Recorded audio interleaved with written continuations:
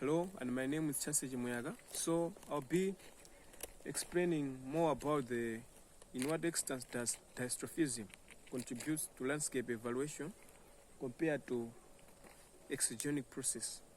So I'll start with diastrophism, which contributed a lot here in Mangoji district, which has also affected Mangoji in the process combined with the exogenic processes such as weathering, erosion, transportation, and deposition.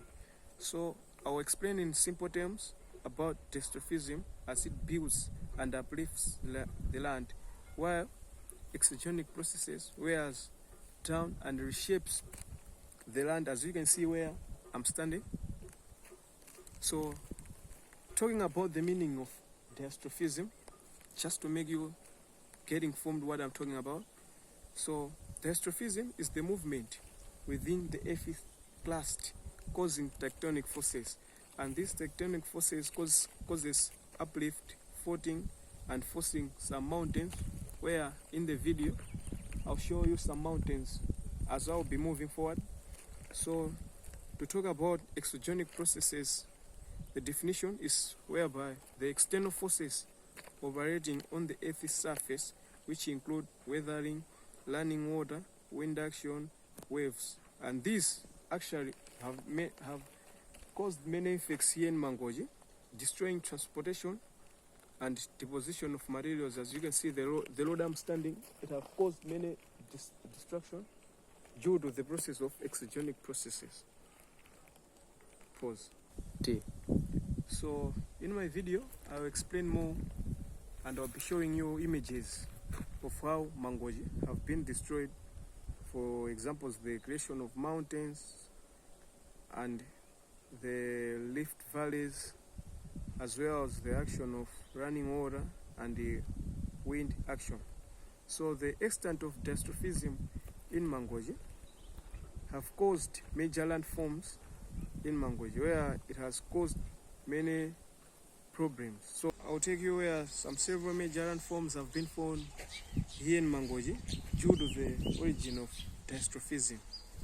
So the first formation is the formation of lift valleys. So due to low-lying plains here in Mangoji, some parts have flows of some lift valleys. These plains were formed due to blocks of land due to the blocks of the land sinking between the parallel faults. So these tectonics have made the sinking due to the depression now occupied by some by Lake Malawi and the surrounding plains.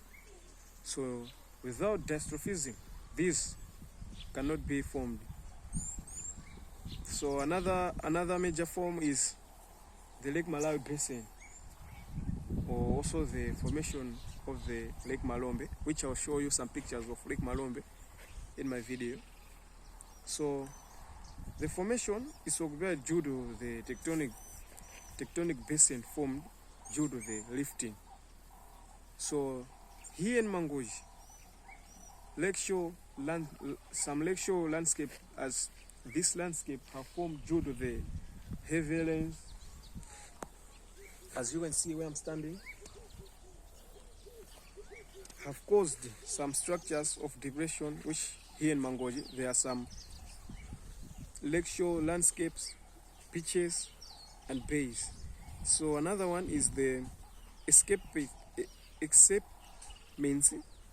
and some highlands. Here in Mangoji you have many highlands. For example, the Namizimu highlands and other uplands. So Mangoji has some steep slope and have elevated areas such as the Joe escarpment. So the Mangoji hills, as you can see from far apart there is a Mangoji hill and the Namizimu hill and other lands. These were formed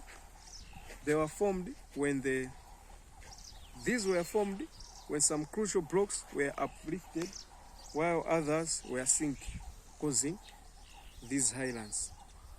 So I'll take you on the law of exogenic process here in Mangoji. Although tectonic forces created the main landforms, exogenic processes continue reshaping the land. So the first stage I'll take you is river erosion.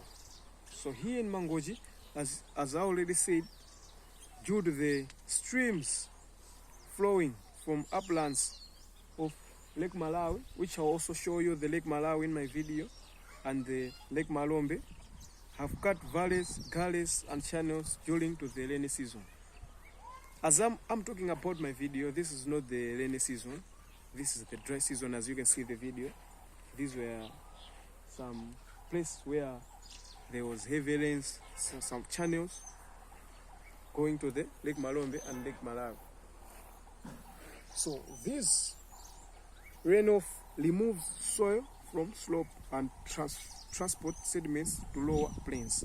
So another one is deposition on plains.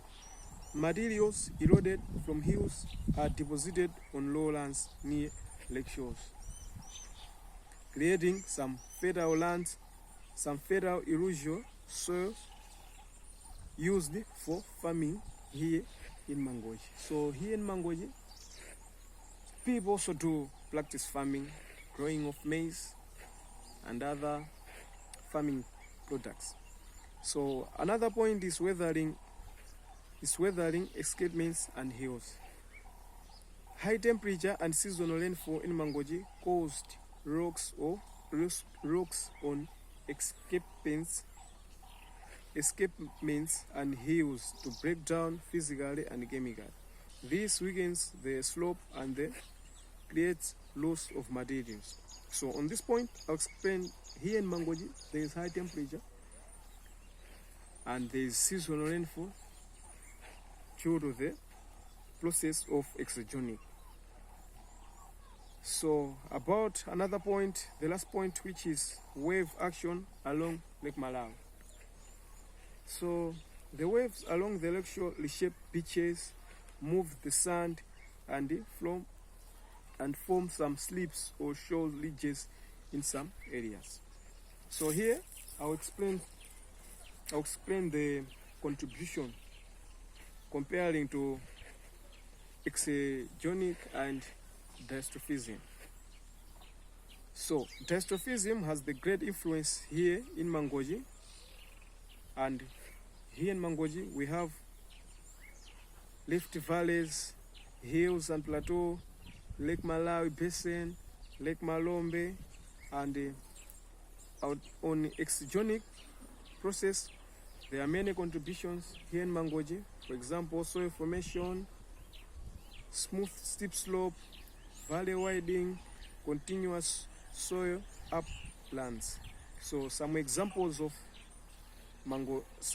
found here in Mangoji, as I can say, Mangoji lowlands, southeast Lake Malawi, and the pause. Yeah.